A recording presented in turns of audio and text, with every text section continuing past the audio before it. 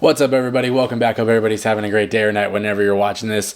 Pretty much all signs are pointing to JJ Redick's going to be the LA Lakers' next head coach.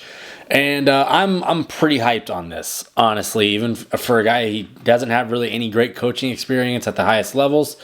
But I've watched a lot of JJ Redick's podcasts over the past couple of years, and his basketball mind is very, it's refreshing because he sees the game the way the game is played now. Like, he sees it from the freshest lens to where he's not like he understands how teams are successful with spacing and size and all the things that you need to be a great team now. He's one of those guys that understands that. And for pretty much the better part of the last couple of months, everybody kind of could have known that he was going to be the next coach just because he got a podcast with Braun. You're not getting a podcast with Braun if you don't have a great relationship with him. And for anybody that's going to tell me that, LeBron doesn't have anything to do with the coaching hire, that's bullshit. He has something to do with the coaching hires, and this is very obvious that he said, I want JJ. You know that happened. But I'm excited for it, though. My only worry, and this is literally my only worry with JJ, is that he's not going to coach Braun. He's going to kind of let Braun do whatever he wants to do. Braun needs one of those coaches that can actually tell him what to do and is smart enough and has a high enough IQ. JJ, I think, could very well be that guy. If you've watched his podcast over the last couple of years, especially watch the ones where he does breakdowns with Tim Legler, they're very insightful in understanding how teams are destroying the other one or how they're exploiting the other team's weaknesses. He's very smart in that. So I think for playoff time, because that's what the Lakers' goals are, is to go win championships. Playoff time, you need a coach that can figure out what the other team's weaknesses are and how whatever your roster makeup is can exploit them. I think he's going to be really good at that. But for Laker fans, you're going to have to give him time because he's a dude that's never coached at the highest levels before. And he's a rookie head coach, and there's a lot of things that a lot of people could be worried about with that. But myself, I'm not really worried about it because the amount I've heard him talk about the game in the past couple of years, like I said, it's refreshing. It's like it's a breath of fresh air, and he knows what he's talking about. He definitely has like that arrogance, like that I can be the smartest guy in the room, and he carries himself with that confidence that I think can bleed into teams. And the other thing that I really like about hiring him, because it seems like it's all but certain, is that he has great relationships with young like star players in the NBA. He's just from his podcast particularly, you know that he gets along with these guys very well. Tyrese Halliburton, I believe he's had Devin Booker. He's had so many other like there's a lot of other really good players. These are just a few off the top of my freaking head, but he has those relationships and he understands the way the game is played now.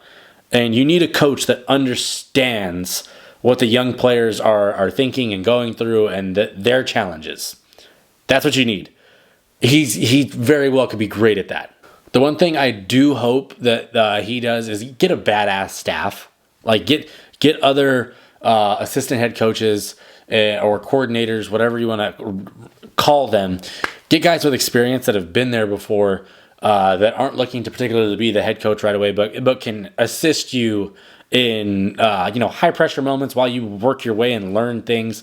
But I like having a guy that literally retired like 2 years ago and played with guys like Luka Doncic. Like he played with the youngest up and coming stars, and like he knows the Jason Tatums, like the Joel Embiids, all those dudes. He understands what makes them great and what makes them tick.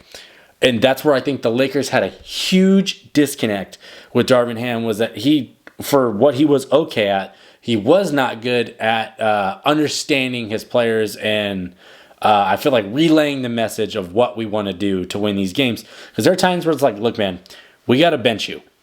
Like, this is a bad series for you. JJ's been told by Doc Rivers, like, yo, this ain't going to be your series, buddy. And he's been told by Stan Van Gundy, this is not going to be your series. Because he wasn't a really good defensive player, and he's going to get exploited a lot, and he was going to get targeted all game. So he's been the player in those situations that was told, this ain't going to be your time.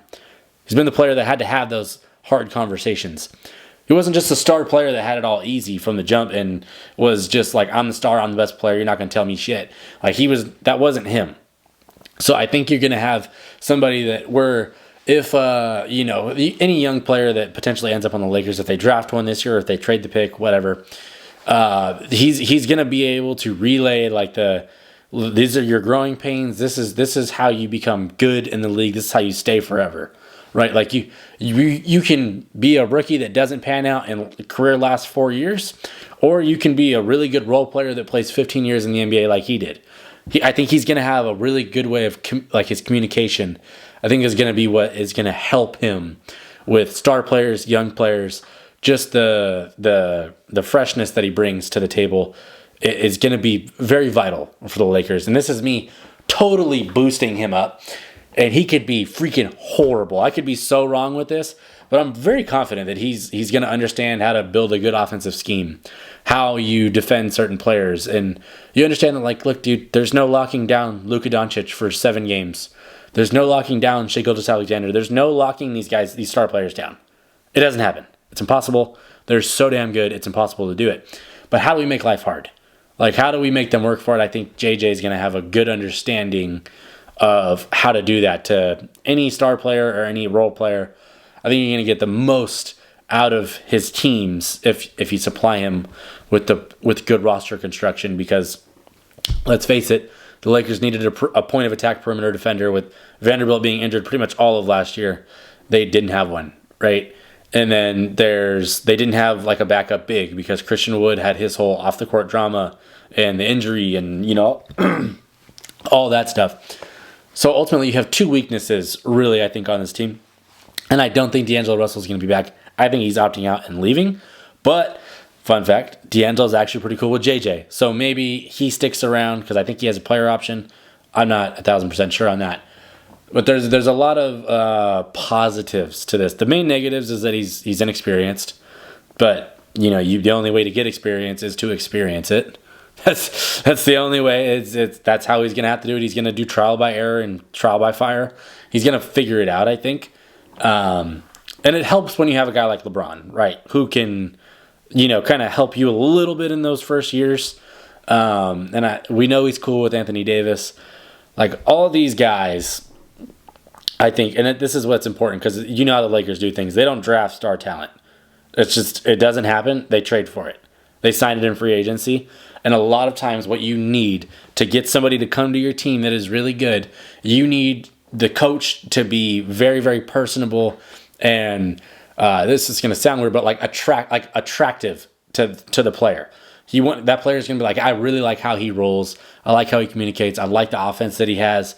Like, I like what he does. I'd like to go play there. Rather than where you get these uptight guys like a Darvin Ham that aren't willing to listen and hear you out, and they're going to bench you, and just because you had 3 bad games in a row, they're going to bench you, and now your minutes are all over the place. It's impossible to build that rhythm and that continuity when your coaches they're not listening. They're not trying to help you get out of your slump or figure whatever issues you're going through. I think JJ is going to be really good at handling that stuff, and that is like 80% of the coaching battle.